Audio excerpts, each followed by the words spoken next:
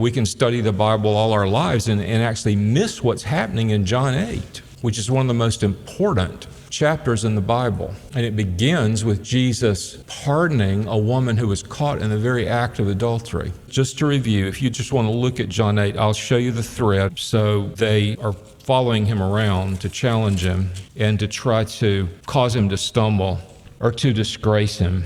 And so they say to him in verse 19, this is John 8:19, "Where is your father?" Look at verse 25. They say to him, "Who are you?"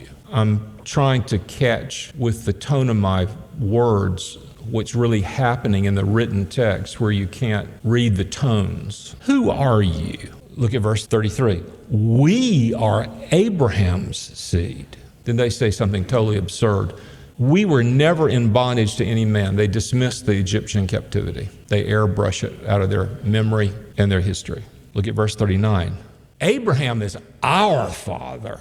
Now, it becomes more specific and more obvious in verse 41. "Then they said to him, 'We were not born of fornication.'"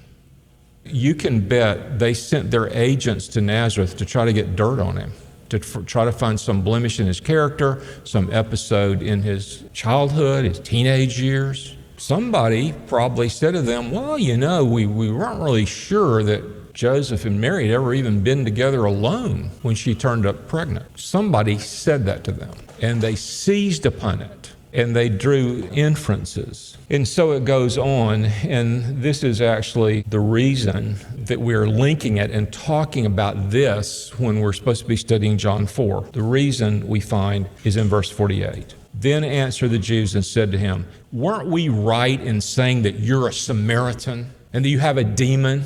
So what was the problem that the Jews had with Samaritans? Well, that they were, to use a crude term, which we would not want to use with anyone of mixed race, but they would say the Samaritans are half-breeds. They've intermarried with Gentiles. So the theory of unbelief, by the way, the blasphemous theory of unbelief, is that Jesus' father was a Roman soldier who met his mother. And like I say, there's no intrinsic stigma with being born out of wedlock, because it's not the baby's fault. What you're really doing is you're slandering the mother. But really, in one verse, they're slandering Jesus, they're slandering his mother, and they're slandering the Holy Spirit, because the Spirit Jesus has is the Holy Spirit. And I'm no authority on the unforgivable sin. There are lots of theories about that. I have my own opinion. I would not be dogmatic about my opinion.